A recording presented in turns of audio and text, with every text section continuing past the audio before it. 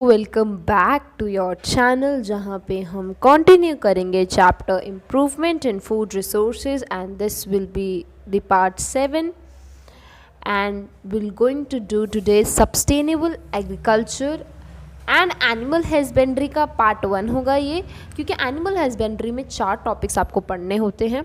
ठीक है, आपको कैटल फार्मिंग पढ़नी होती है, पोल्ट्री फार्मिंग पढ़नी होती है, फिश फार्मिंग पढ़नी होती है एंड बी फार्मिंग पढ़नी होती है। Okay, so we will going to proceed as the session moves on. So let's get started with the today's topic, that is sustainable development or sustainable agriculture. You have studied this topic in your geography subjects, I guess. Sustainable का क्या मतलब है? Sustain का क्या मतलब होता है? Sustain का मतलब होता है आप यूज़ करो नेचुरल रिसोर्सेज को, इस तरीके से यूज़ करो कि उस नेचुरल रिसोर्सेज का वेस्ट नहीं होना चाहिए। You are using in a productive way. Okay, so sustainable development use of natural resources for agriculture to satisfy the increasing human needs without disturbing the quality of the environment or without disturbing the ecology, I should say. ठीक है, इसे हम क्या बोलते हैं? Sustainable development या sustainable agriculture बोलते हैं। मतलब इस तरीके से आप नेचुरल रिसोर्सेज एग्रीकल्चर में यूज़ कर रहे हो ताकि आप ह्यूमन नीड्स, जो ह्यूमन डिमांड्स है फूड की, उसे आप क्या कर सको, ओवरकम कर सको विदाउट हार्मिंग द इन्वायरमेंट को बिना हार्म करे. Okay, no what are the essentialities और एडवांटेजेस? आखिर फ़ायदा ही क्या है सस्टेनेबल एग्रीकल्चर को यूज़ करने का? बहुत ही सिंपल है. देखो, पहला तो ये कि इट प्रोटेक्ट सॉइल नेचर. बिल्कुल, सॉइल की फर्टिलिटी, सॉइल की नेचुरल स्टेट को मेंटेन रखने में काम करता है. ठीक है, सॉइल अपनी फर्निशेस को जल्दी से जल्दी लूज़ ना कर दे, उसको प्रोटेक्ट करके रखना, ये इसका सबसे बड़ा ऑब्जेक्टिव होता है. ठीक है, फर्टिलिटी को प्रिवेंट करके रखना, रिन्यू करके रखना. ठीक है, minimises the use of non renewable resources. Non renewable resources कौन से होते हैं? जो वापस से नहीं आ सकते हैं. ठीक है, वापस से रिप्लेनिश नहीं हो सकते हैं नेचर में. एक बार वो ख़त्म हो गए तो they takes years and years to come back. Okay, तो ये कम से कम यूज़ करने में ओवरकम करता है. ठीक है, प्रिवेंट डिग्रेडेशन ऑफ एनवायरनमेंट. बिल्कुल, एनवायरनमेंट की डिग्रेडेशन को, मतलब उनकी इकोलॉजी बैलेंस को कम से कम खराब करता है. ठीक है, एनहांसेस दी पेस्ट कंट्रोल. बिल्कुल, पेस्ट कंट्रोल को क्या करता है? इन्हांस करता है ये.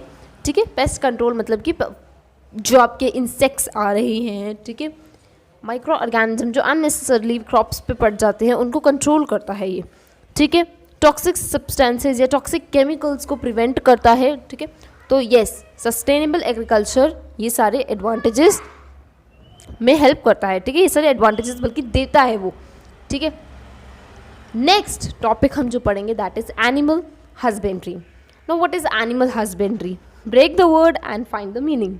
सिंपल, एनिमल मतलब जानवर, husbandry, husbandry word comes from husband.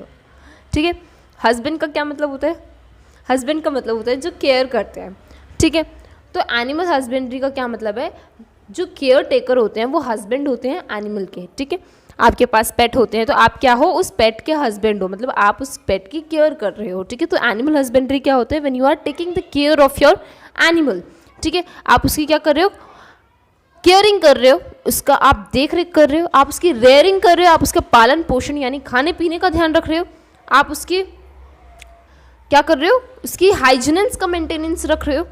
ठीक है, तो ये सारे आपके प्रॉपर एनिमल हस्बेंड्री में होते हैं और हर किसी में होते हैं. आप चाहे फिश फार्मिंग करो, चाहे बी फार्मिंग करो, चाहे कैटल फार्मिंग करो, चाहे आप पोल्ट्री फार्मिंग करो, हर फार्मिंग में आपको हाइजीनेंस, केयरिंग और रेयरिंग, ठीक है, इन सब का ध्यान देना होता है. ठीक है, so it's a branch of agriculture which deals with the farming and management of domestic animals. देखो, एनिमल हस्बेंड्री एग्रीकल्चर की वो ब्रांच होती है जहाँ पे हम फार्मिंग, ठीक है, फार्मिंग और डोमेस्टिक एनिमल्स, इन दोनों को हम जोड़ देते हैं बेसिकली.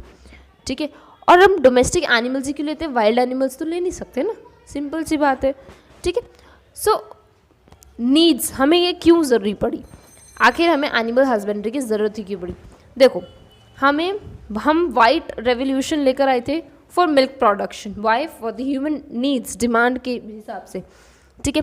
सिल्वर रेवोल्यूशन आया एग प्रोडक्शन के लिए, और ब्लू रेवोल्यूशन आया था फिश की प्रोडक्शन के लिए, ठीक है। आखिर ये प्रोडक्शन आए क्यों थे? रीज़न ये है क्योंकि ह्यूमन पॉपुलेशन की फूड रिक्वायरमेंट को फुलफिल करने के लिए, ठीक है। एक और मैं पढ़ा देती हूँ, that is role of animal husbandry. Animal husbandry के क्या रोल है, ठीक है। पहला ये है प्रॉपर केयर, जो कि मैंने आपको पहले ही पॉइंट में बता दिया था, आपको प्रॉपर केयर, रेयरिंग, उनके प्रॉपर हाइजीनेंस का बहुत ध्यान देना होता है। तो रोल इन एनिमल हस्बेंड्री, चाहे कोई भी एनिमल हस्बेंड्री कर रहे हो, ये रोल होना चाहिए, ठीक है। गुड क्वालिटी ब्रीड, बिल्कुल आप जो भी ब्रीड लोगे उसकी क्वालिटी बिल्कुल क्या होनी चाहिए, गुड होनी चाहिए, ठीक है।